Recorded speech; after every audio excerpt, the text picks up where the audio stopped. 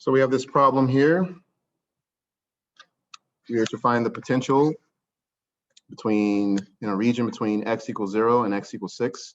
Well, the potential function is v equals a plus bx, where a is 10 volts and b is negative 7 volts per meter, the electric field. We are to determine the potential at x equals 0, 3, and 6, and the electric field at those same points. So for part A, let's take the function and substitute the values of x where x appears in the function. And so that becomes, this is 10 minus 7 times 0. So the potential at x equals 0 is 10 volts. So we're looking at the potential where we're starting from. X equals 0, we can define 0 to be anything. And at that point, the potential is 0.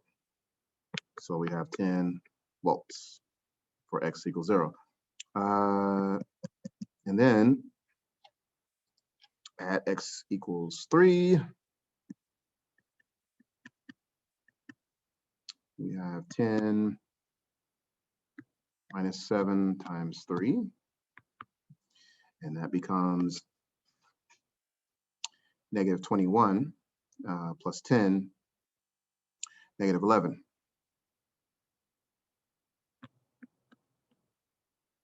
And then v, x equals 6,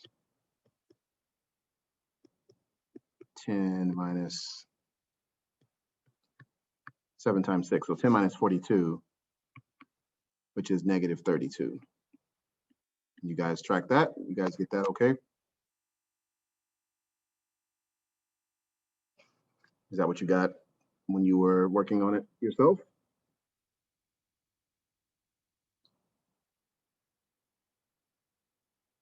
Is that a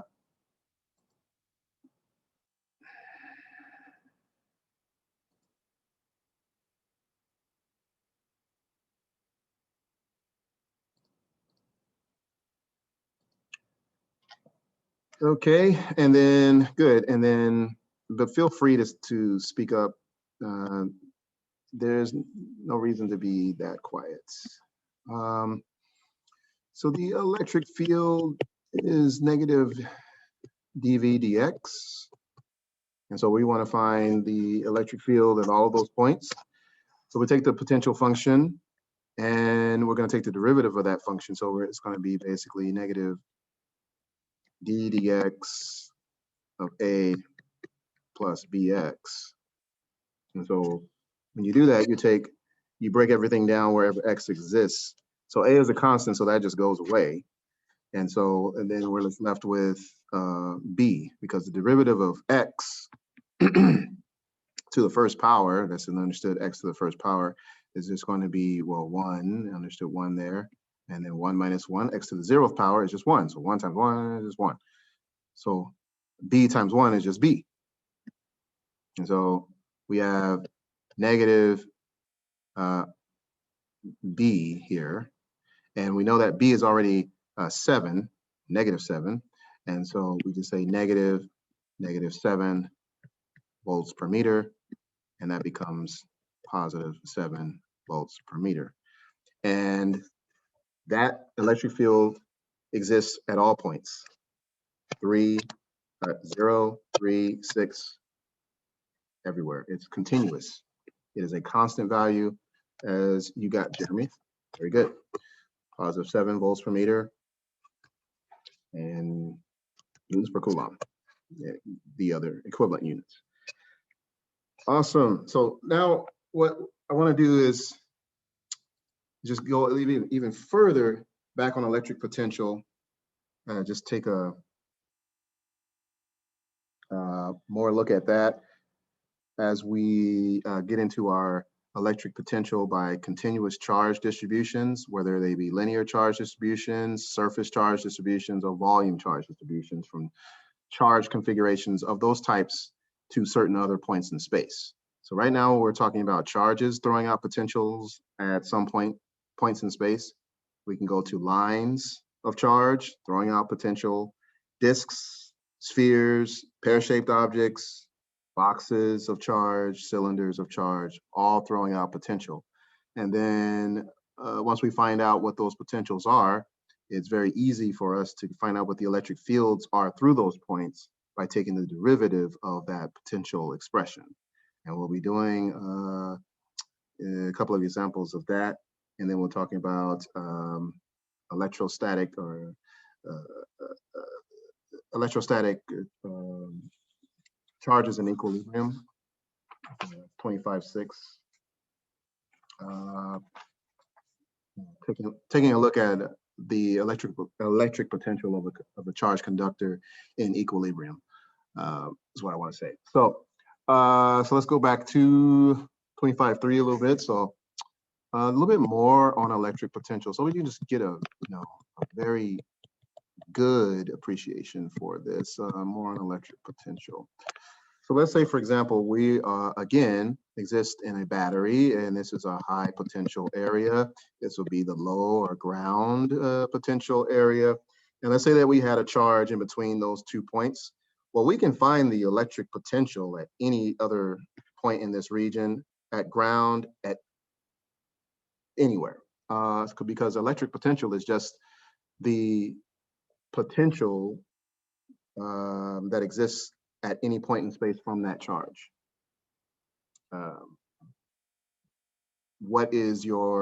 You can find your electric field at that point, you can find the potential energy at that point, all from this notion of electric potential, which is basically potential energy of that charge at this point with respect to some other point, whether it be here, there, or a ground.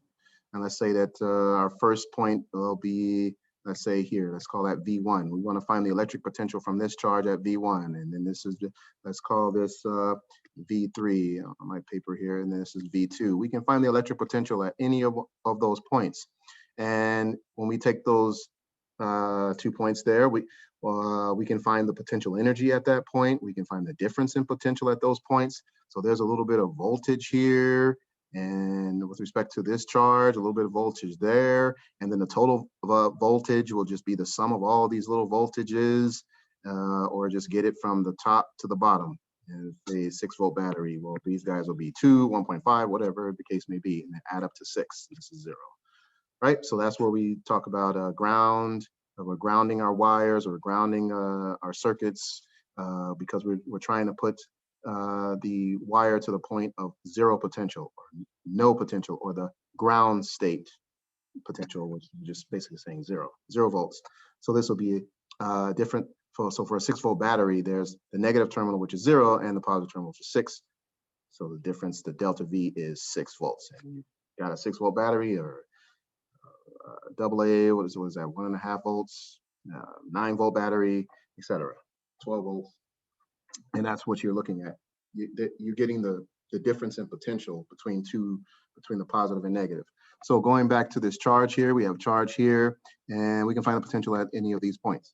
So just to be explicit again, electric potential, let's say that we're trying to find it generally, KQ over R, and it's also equal to U over Q. And say the Q naught, our charge in question, or our test charge, that's been our reference point. So electric potential really is just the energy that exists at this point, okay? The energy of this charge relative to some starting point. Starting point here, V1, V2, V3, or to some reference point, the reference point being V1, V2, V3. And to keep it all the way simple, we could say our reference point is from top all the way to bottom. Reference point being generally or usually the point of 0 potential. So really, electric potential is energy relative to some reference point. Just like potential energy, gravitational potential energy is always with respect to some 0 level, some starting point, right? Some other point of either 0 potential, or just arbitrary reference like we have here, these reference points.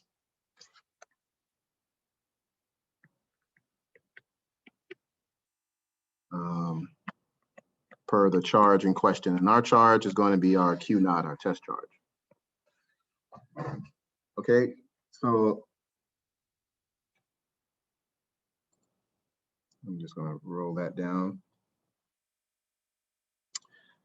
So secondly, we can find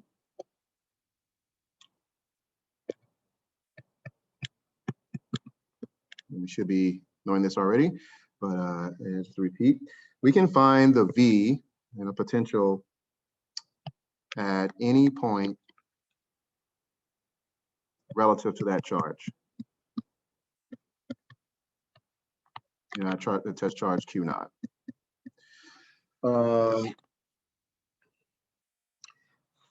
Now let's say that we're looking at all points at this potential. Say we're looking at this point, and then we just stretch it out and say, you know, if we wanted to find, or we're looking at this point in the same or parallel to these points, this point here in the middle. So all of these points will be at the same potential because they're at the same location. So if you take these points, or take from point to point, and you look at, say, all of the points at this potential V1, well, when you collect them all together, that would be, say, a line of potential, an equipotential line, because a line is made up of two or more points. It goes back to geometry.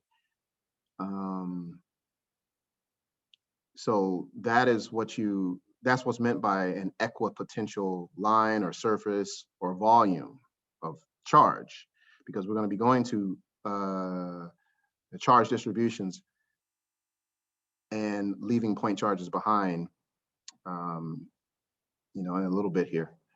So all other points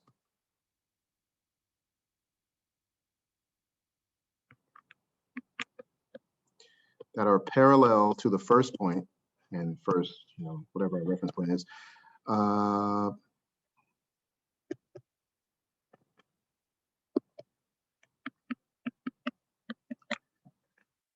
at the same potential,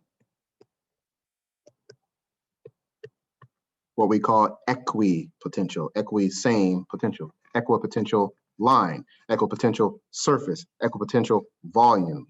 That's why we're going to be looking at the different charge distributions, linear, surface, or volume, just like we did with electric field. Point charges is our baseline understanding, and then we go to different geometries after that. So all of the points parallel to the first point are at the same potential. Oops.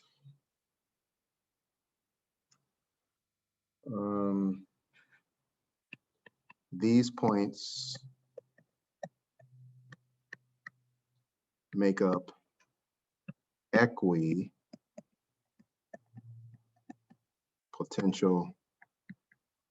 lines. And you have two or more lines in the same plane, or two or more lines are parallel, you get a surface, and then volume. That's sort of, you know, the geometry changes. Okay. So that's in one dimension. Line is one dimensional. And we'll have that lambda, that charge density. And then in two dimensions, it becomes a surface. Is it an actual surface? Not really, but we can treat a plane of charge like a surface. That's why I put it in quotes, because there's no like hard surfaces that exist between a charge and another point in space. We just approximate them to be surfaces.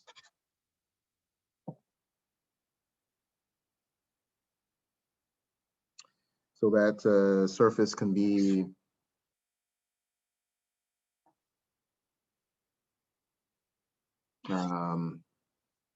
yeah, just a 2D surface. I'm just going to try to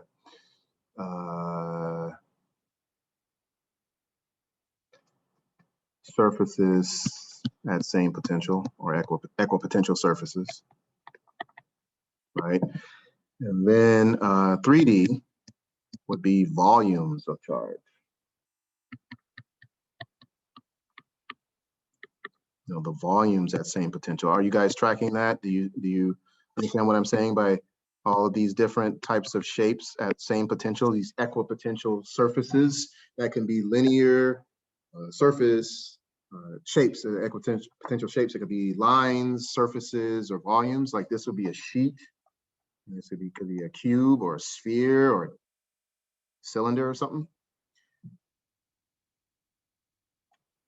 Yeah, we do.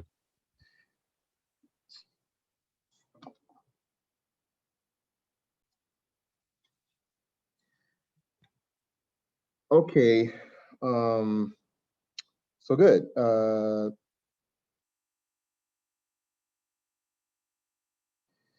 So these equipotential points and shapes, basically,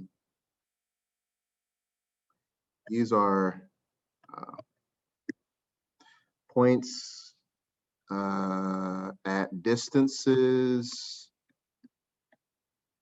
or shapes, I should say, at distances Ri, where R, you know, I could be any point in space. It could be the first point, second point, third point. I is just the iteration variable. Points at distances Ri, where the electric field from the charge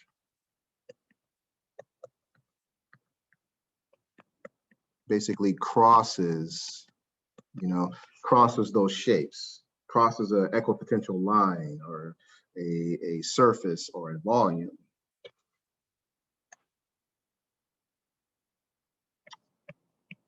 And I'll draw a picture of that. It crosses a specific voltage point.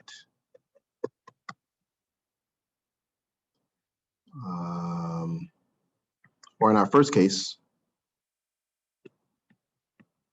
all those points that are in an equipotential line could be a surface, like a sheet of charge, or a volume. Okay, so our first case is just these points of these equipotential lines. So let's say we have, again, our charge Q naught, and then let's say our first equipotential line is here, our second one, and third, and it can be however many, V1, V2, V3. And those are just all potentials at these points, point 1, point 2, point 3. And this is distance R1, R2, R3 for Q naught. V equals K, Q naught, over R. And it could be for any one of those, where I is equal to 1, 2, 3. I can find my potential there. Now, since all those points are at the same potential, by this equation, which we saw yesterday, this result here is going to be equal to 0. Because if something's the same potential, this dV is equal to 0. This dV means change, basically. If these are the same, dV is 0. So this becomes negative E dot ds equals 0. Follow that? Yeah. Okay. What that basically means, well, this is a divergence, or these two vectors here are moving in the same line. So that's what this basically means, is divergence. So E with ds. Much like when we had F dot dx for work back in our days of, regular physics, classical physics, or mechanics. Same thing. So when you have this situation, that means that the electric field is going to be perpendicular to the electric potential lines, because this means if this was not 0, then that means that you could have an electric field along that line, right? Or there would be a change in potential, basically.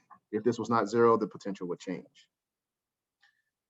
For every one of these lines, since this is equal to zero, that means that the electric field is going to be perpendicular to all of those lines, because this means along the same line. Since they're not along the same line, the electric field must be perpendicular to each of those lines. This doesn't exist. That's what this says. This is not the case. So the electric field moves this way. Here's my electric field. Here is my equipotential line. V1, V2, and so forth. So my electric field, as you guys saw in that practice problem, is going to be continuous all throughout all of these potentials. Notice that in that problem, there were different potentials, but the electric field was continuous. And not only that, it's perpendicular. So mathematically, this basically means it's perpendicular. So that's pretty much like some stuff from 25.4. So when we draw this out, like we were to look at the geometry of, say, electric fields with potential lines or surfaces or volumes, it would look something like this. So I have a charge. I'm throwing out electric field. I mean, I know, say Q naught again. I can have an electric, let me just draw it a different way to be more exact. If I have my, electric field and it's positive charge, I'm just throwing it out. I'm gonna have electric field all over the place, you know, stuff like this.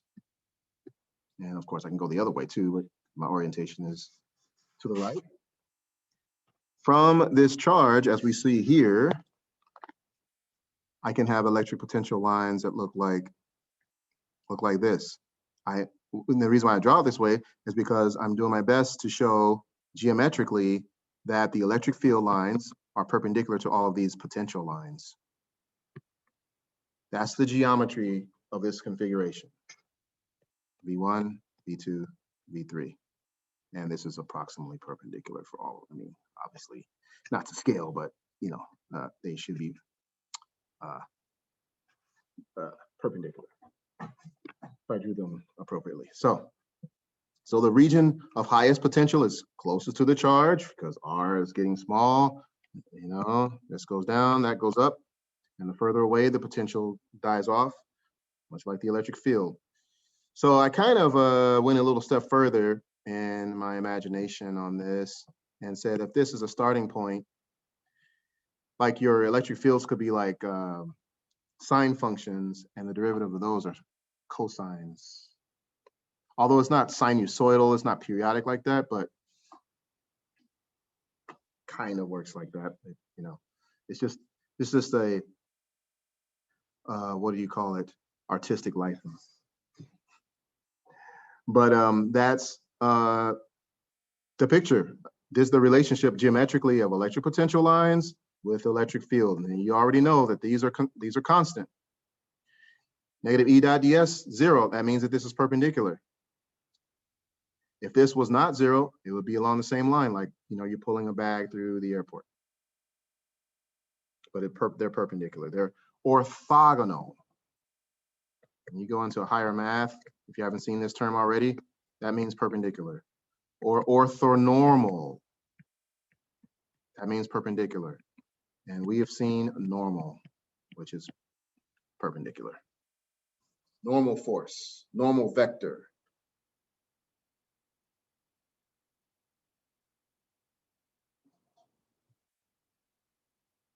This the picture that you drew, it looks like the structure of a molecule. Okay.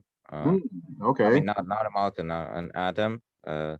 Like there's the proton that creates a charge that has a charge and that creates an electric field, and in every the layer, let's say, is the layer of electron. You know, the Oh, the in orbits. chemistry.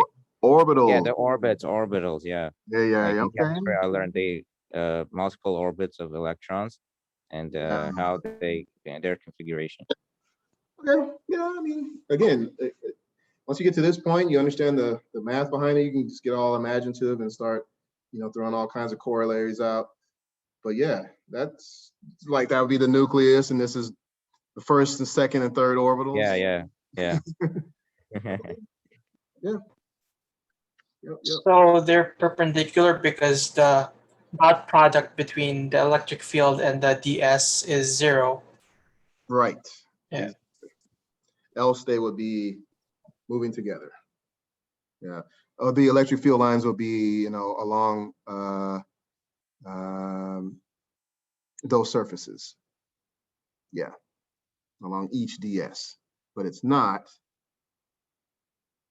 And again, it's not because each point along these, like at this point, each point along at that same distance is going to be at the same potential. So dV is equal to 0, which means that whole product, when this whole product is equal to 0, physically, that means that E is perpendicular to V.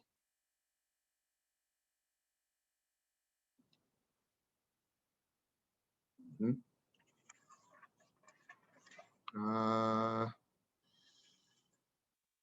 So moving along. Yeah, it's basically 25.4. Let's go to now electric potential due to continuous charge distributions. Now we're finally here. So we're going to go from charges, point charges, throwing out electric field and finding potentials from charges to continuous charges, continuous charge distributions.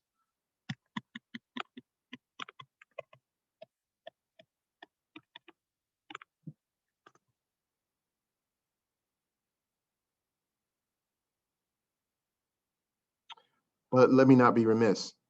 E.ds, E is still parallel to each of these distance vectors if this is positive region to negative, but the dot product of E.ds results in no delta V, which is just a translation. That's math, and the physical translation is that, oh, okay, E is perpendicular to each of these V lines, these lines of potential. Else, E would be along the same potential line, just to be more clear about that. Due to continuous charge distributions. Okay.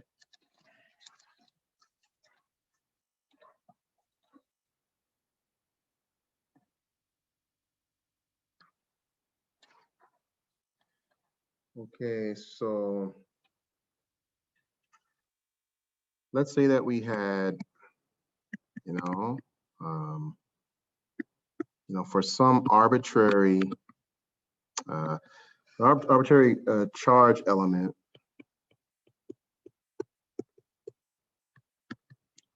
dq in some weird shape, and we just have a dq here, and some other dqs to find the potential at point P.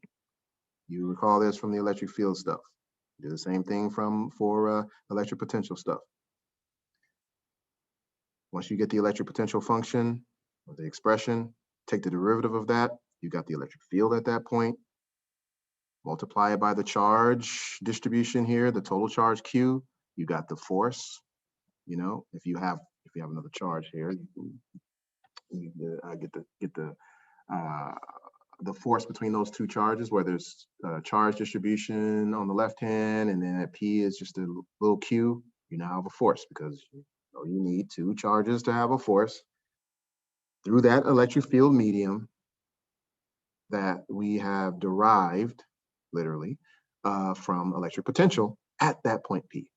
So it's like a building up from nothing to something, and then after the force, we can get the work, acceleration of the charges, whatever you want.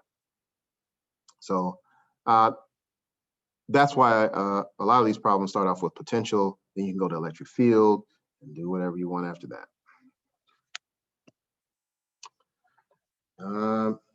Okay, so for some arbitrary charge element dq, our electric potential equation becomes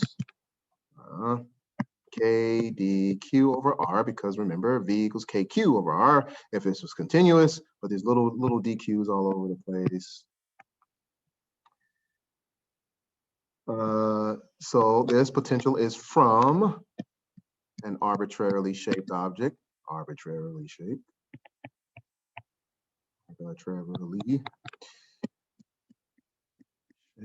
object, shaped charge, shaped object of charge, or we get integral of both sides.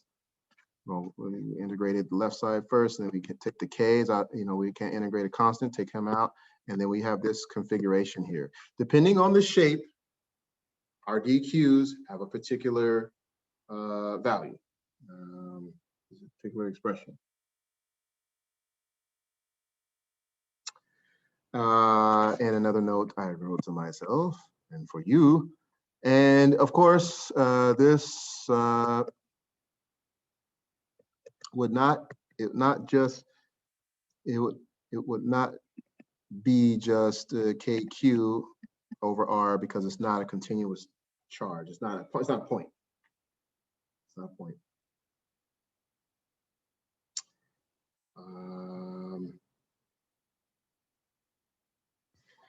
So we can even get away with it if it's a sphere.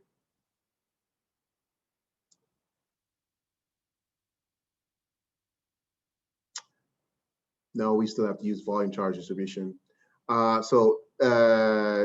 it's dq and not q because it's not a point. Because we're going away from points to random shapes. And random shapes.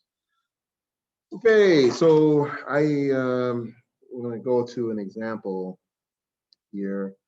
So Edward, you have the book there, but I'll write everything for you, Jeremy. And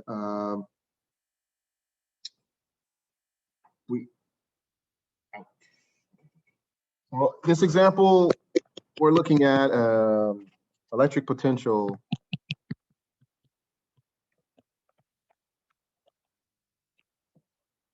due to a uniformly charged ring.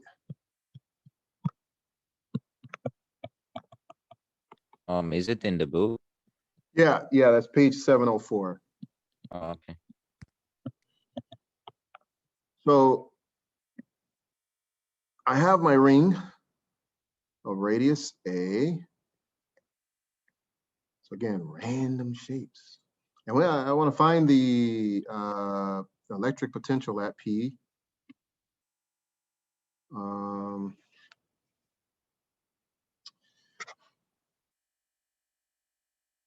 Okay, so this ring of charge, we need to get this distance here. This distance x.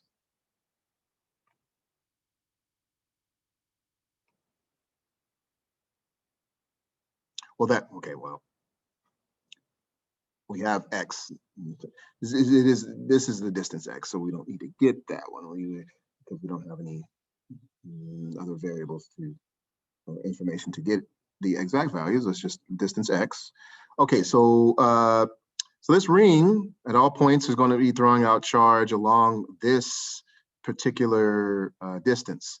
And so this is x, this is a, so this will be the square root of a squared plus x squared. So the Pythagorean theorem will give us that business. And so why? Because I'm going to choose a dq here. If I chose it here, I mean, it's basically the same thing. I'm going to get like, all these radial projections here. So dq acting like our former q over this distance r at P. That's why this is this way. Then I'll take my electric potential equation for arbitrarily shaped objects and do the integral. So this, the dq's of this ring are going to be basically, it's going to be basically the same distance whether I'm up top, down low. So the integration at all points, because it's symmetric, will just come out to be Q. But this one's rather continuously shaped object at all points. So this is a mirror image of this and that, and you know, so it's nothing too wild with this one. It's not a surface, not a line, not a volume. So the integral of dq would just be the q, no matter where we were. So let's just work that out. V equals K dq over R, and that becomes K dq over square root of a squared plus x squared. And then the integral of all of this will just be just q, because q is going to exist after the integration at all of these dq points.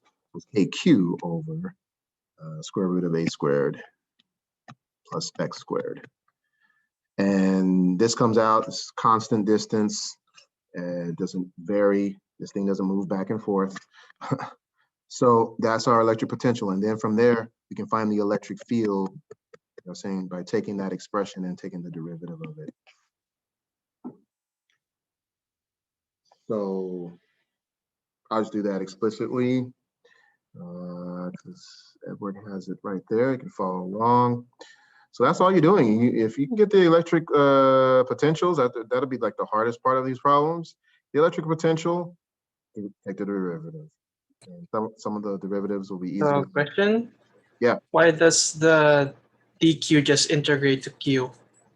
Because the dqs on either point are symmetric.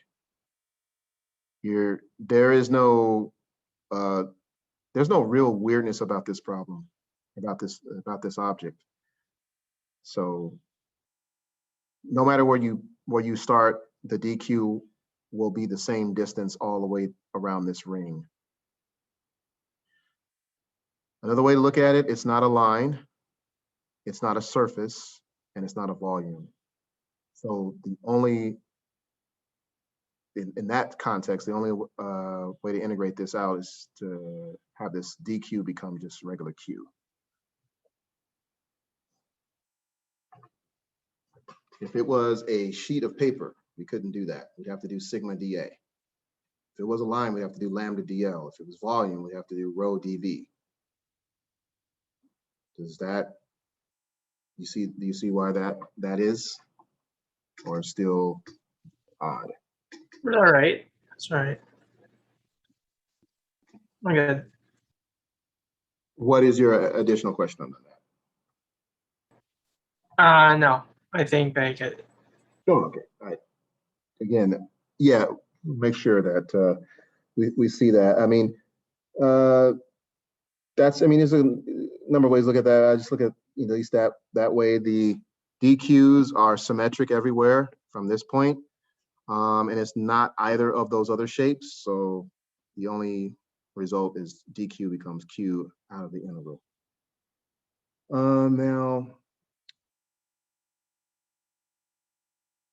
Now for the next example in the textbook, not so fast, because now you have different points of DQ.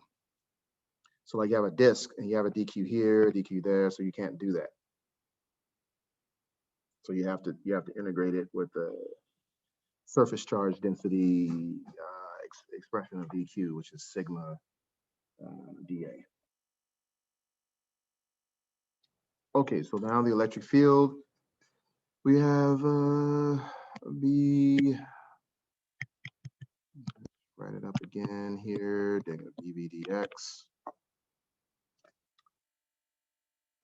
So we have, it'll be KQ ddx of this expression here, a squared plus x squared to the negative one half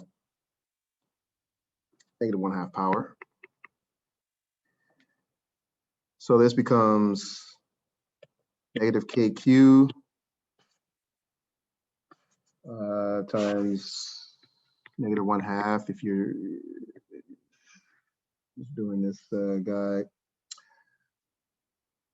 explicitly. A squared plus x squared to the negative 3/2. So negative 1/2 minus 1, negative 3/2. And you have negative 1/2 here. And this minus sign is from this, original expression. The chain rule, pretty much. So what's going on here, Edward, is that we're taking the derivative of this entire thing, and then we're going to go into the interior and take the derivative of x, because the ddx is here. So the chain rule is outer function to inner function. But question? Oh, no, that's fine. Yeah, that's so we get this. First, we're taking the derivative of the entire thing, because it's so what chain rule basically is you have f of g of x kind of thing. So you take the outer function derivative, which is this is the outer, and then the inner one that has the x, wherever x is on the interior of this function, which is x squared. And so what happens is, in that case, the derivative of this, here is f of x, and here would be g of x. And so you multiply that by 2 times x. Chain. Okay. Chain rule, yeah. You'll see that down the line when you do your physics there and math. So e sub x would be kx over a squared plus x squared, because that's in the minus 3/2, so I'll put 3/2 down here. Because a squared plus x squared to the minus 3/2 is 1 over all that to the 3/2. So did I forget my q? I forgot my q. Kx.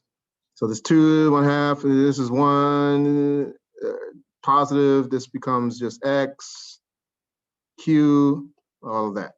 So that's my electric field expression. You can play around with, play around with that. And you can find the electric field at any point x.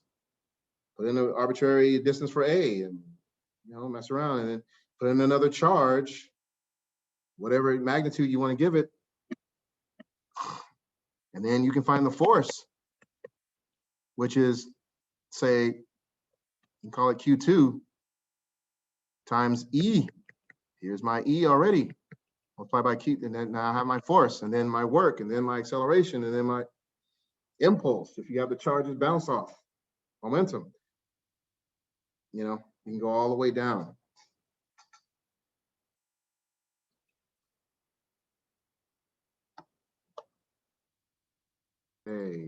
Okay. So should I do another one of these? Let me get on over to our last section. Well, I think we have a little time to do an example. An example problem here. And then we'll go to our last section.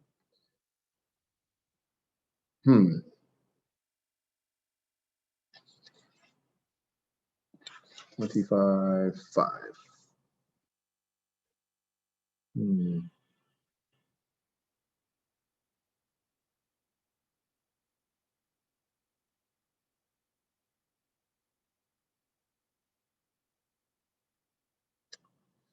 Let us see.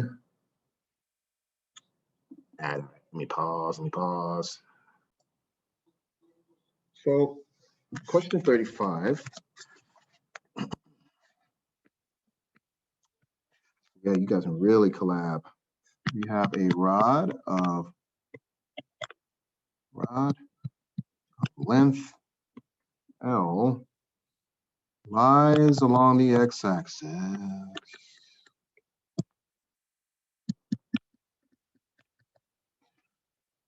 with its left end at the origin. It has a non-uniform charge density lambda equals alpha x. So they give you the linear charge density there, where alpha is a positive constant. All right.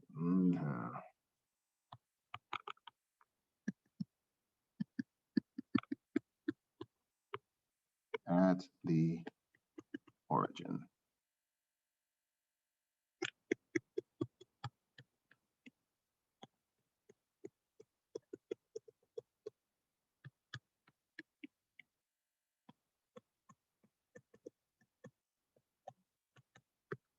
Because it's a line. Remember, we're going from points to lines to sheets of charge to volumes of charge. Lambda, sigma, rho. Where alpha is some constant, positive constant. All right, picture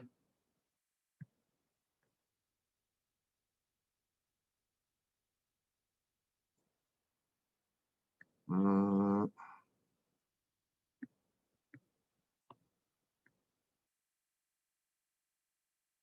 this is a y-axis, point B,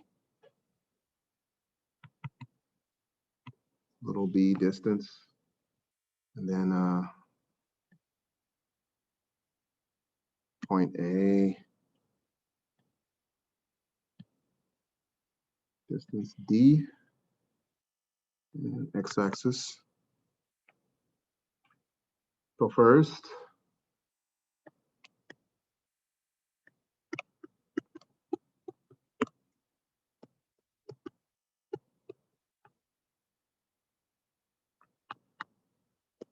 then calculate the electric potential at A.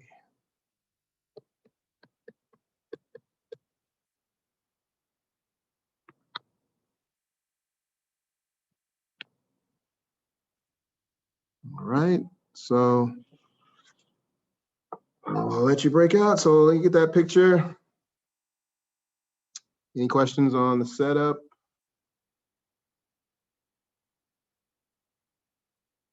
No. So we are. How about B? What's that? How B? about B? Was it for? Nothing for the answer. It's really just part of the configuration here. You know, so to help you find the electric potential at A.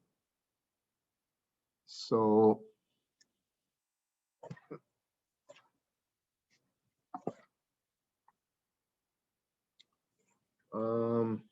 I thought the problem was going to have you find it at B, but no.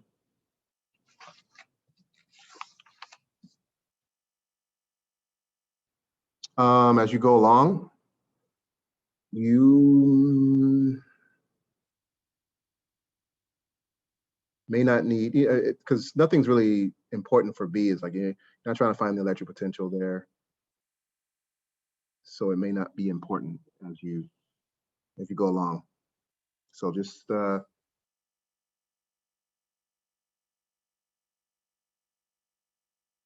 set it up the usual way with the electric potential, and you may not need anything with this distance B, but let's let the problem bear itself out. But on my first take of just looking at it, I don't think you're going to need it. But I just I set up the problem first with the electric potential equation. See what's relationship here. You got your linear charge distribution. This is length A. This is D. Your bounds are going to be L or D and L plus D. Looks like B may not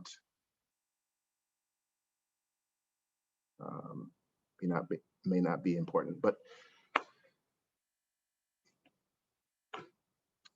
I'll leave that for you to further discern, and we'll totally come back and work it out. Okay, breakout rooms. There you go. I'll give you 15 minutes All right.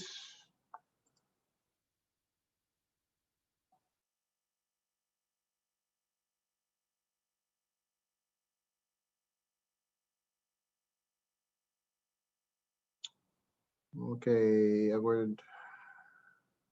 Question?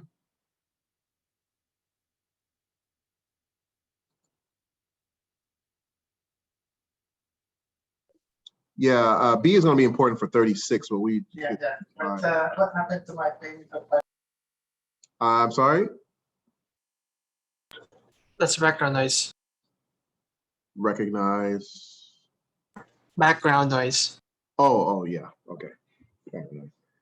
Okay. We'll put that, we'll go over this like before we do capacitors. I wanted to talk about our last bit, and then we can definitely have application problems. Complete this guy, and then do some other, maybe one other example before we go on to chapter 26. But our last topic of the day is 25.6. Mr. Kelly, Yes. I have a question before we move on. In this last problem, the point A had a negative value, right? Because it's located in the left side of the y-axis. That's not really important. We know it's a distance d from the origin, so we're going to add it as a scalar. So we're, okay. we don't look I at don't it. have to put it there. Okay. It's not an integer. So it's, Yeah, I got it. yeah, it's just a point that distance away from the origin. Okay. All right. So electric potential due to a charged conductor. So have an arbitrarily shaped conductor, as you can see, it's similar to what you have in the textbook. And we have positive charges that reside only on the surface. That's by our analysis of conductors in electrostatic equilibrium. That basically means that you have a conductor that has charge on it. These charges don't move, and all the charges exist on the surface. So let's take a look at what the electric potential is going to be relative to that.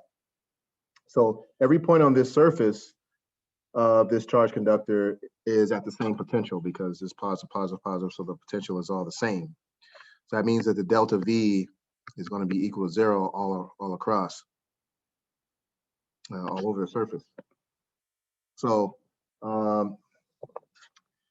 taking that even more explicitly, we know already that delta V is equal to, say, final minus initial. And let's say that this particular charge, you choose a charge, and that's point A and this is point B.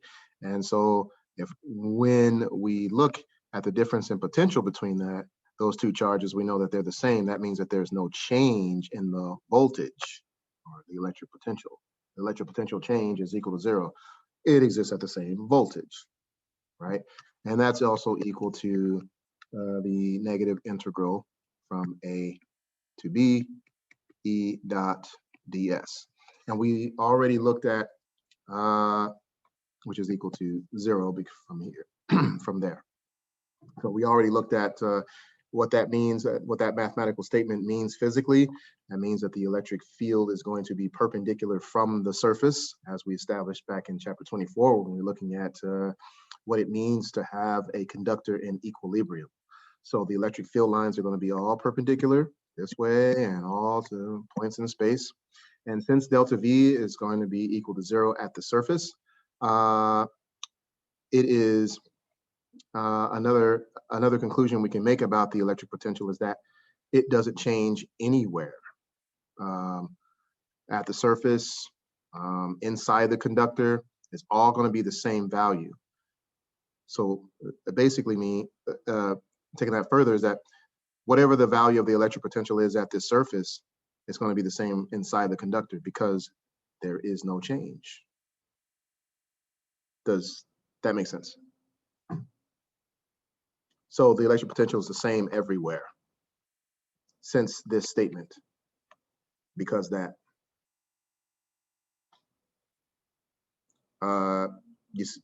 Questions?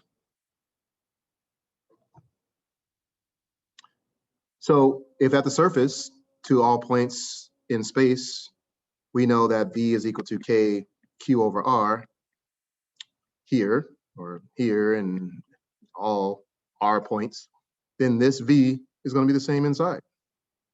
V inside is V outside because there's nothing here, no change. Does that make sense? You see that?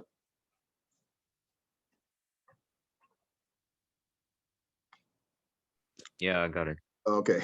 Yes or no? Okay. Understandable. Great. All right. So, yeah, and that's a nice relationship because, you know, later on when you get into electrostatics, electrodynamics, you can recall this fact. When I think there's some part of electrodynamics, I don't know when they'll introduce that, but I know I saw it in graduate school. Method of images, you're talking about potentials at the boundaries, and you're using that fact to do some other type of problem with electric potentials, but it don't recall the details of that problem right away, but it definitely uses this principle because that's just mathematically what it comes out to be. The electric potential is the same everywhere. There's no change. So graphically, if we were to take a look at potential versus distance, and let's say that's this is the overall R, and I say that this R is the radius of this, well, whatever the shape is. We can take a little piece of this and make it spherical, whatever. So this R is the radius of the sphere, and then so we'll just designate this point to be K Q over R, and we have this dotted line here to indicate we're going from the radius of the sphere to all R in space. So since it's constant inside and out, the potential on the inside looks like this is a continuous line. Same inside as out. But then once you go from the surface, the potential dies off as radius R. As this R is greater than R, right? So then the textbook has the R is different. This is big R, this is small R, doesn't matter, right? So this big R is just all other points in space R, where this R is the radius of the sphere. So the potential at the surface, same, but it starts to die as your R increases. As R goes to infinity, a big R, V goes to 0. Let me draw that better. So that's just kind of like the last bit. Mr. Kelly. Yep. But the V never reaches 0, right? Never reaches it totally. Yeah, it's a limit. Yeah. Limit as R approaches infinity. V approaches 0. You're correct. Good. Because it's never quite 0. Now, conversely, the electric field on the inside is 0. That's why Faraday cages work. You know, I mean, you want to be inside your car in a lightning storm. You're a neutral, you're not a conductor. If you in the midst of lightning, do not open the door and put your foot on the ground, right? So stay in that mug, you have this situation. Safety, not safe from the outside. It's a little application. Now on the inside, the electric field is going to be 0. Good. You don't have a conduction. You don't have a pathway for charge to flow, you know, or medium, you know, to conduct charge. So you definitely are good on the inside of that. No E field. And again, here's radius R again, and all points are there. So there is no electric field here. If I can just do this. And then at the surface, the electric field, you know, jumps to, you know, kq over r squared. Well, it maximizes at the surface and then it starts to die off, because now at when r is close to 0, we're going to get, not going to get infinite electric field, but we're going to get a maximum value, right? Okay, so then as r increases, so there is an E field at r, at the surface, starting at the surface, and then it dies off as r goes to infinity. So those are the pictures graphically between electric potential inside, E inside, and outside. And that's why I was talking about some time earlier, that you can have an electric potential on the inside, but even if the electric field is 0 on the inside of a conductor in equilibrium. Then it goes on to talk about a cavity, you know, a hollow cavity. It's basically the same idea. A cavity within a conductor, that there is no E field, electric potential is the same everywhere. E dot ds is equal to 0. And this ds in this question, in this picture, would be the displacement along this surface. ds. And there is no parallel. These guys aren't parallel. So back to the other example, just to show that up even more. At E dot ds, that negative integral E dot ds, with this dot product, this is displacement along the line, the equipotential line, the surface or the volume. That's equal to 0. That means that the electric field is perpendicular, as demonstrated, well, as we concluded before, and as demonstrated in the picture. So it all is consistent. It all bears itself out. Any questions? So that's the, it just talks about some other little things. That's why, I didn't want to waste too much time on those. Just to give you the bare bones before we go into capacitors, resistors, and circuits, which will be Tuesday. So there is that. And like I said, we will come back to this problem I just gave you Tuesday. It's number 35 here. And then we'll do another example from 25 as well. But let's maximize our time and do maybe a problem that's a little bit easier. And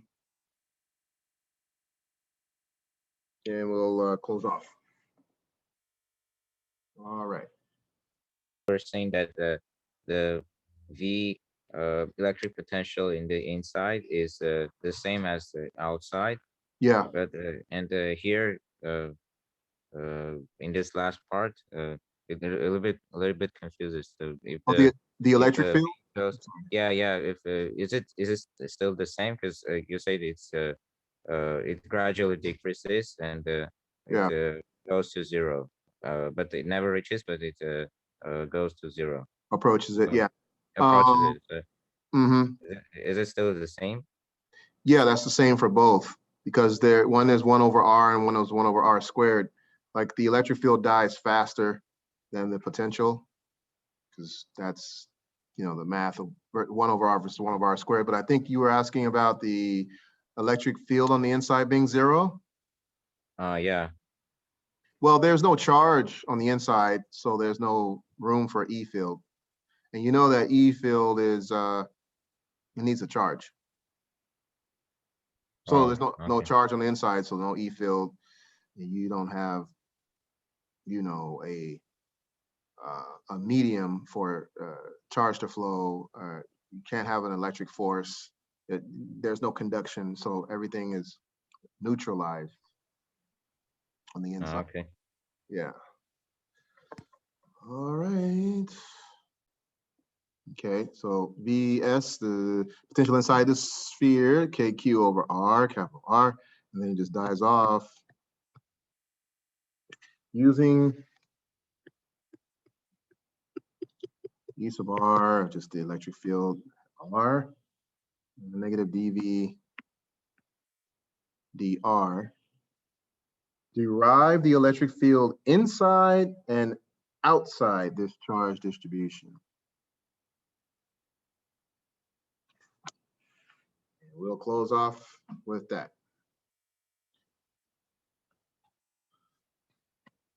Derive E in, E out.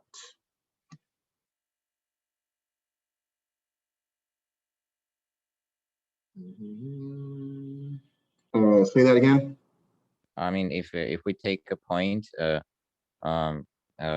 point P, for example, Yeah. and it's outside, we gotta add that the distance of the distance between the point and the charge and the radius, right?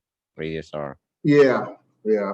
I mean, for a point, it's just a point, but if it's like another charge with a radius, then yeah, we have to include the radius of the charge. Sure. If we did, then we're not just talking about field, because field just needs one charge, and then okay, we can go to any point in space. At that point, we'll be talking about force. What's the force between those charges that has their radial distance in between? So we have to take it, we have to consider the distance from the surfaces plus their radii. Yes. Okay. Yeah, we'll go back to electric force. All right, so that's it. All right, guys, thanks for your time. It was great. I'm glad you guys come in. And then next one will be on Tuesday. Yeah, we'll get into All right. capacitors and resistors. Just the bare bones on it, so we can kind of get through that pretty efficiently, effectively, and that'll bring us up to chapter 28, where we're talking about. Oh wait, okay, yeah, 28 direct current circuits, and then we'll, yeah, that's right. We'll take a brief look at resistor capacitor circuits. So more little confidence on that. See you guys next time. All right. Have a good weekend, Yep. Mr. Kelly. Okay, you too. Okay, thank you.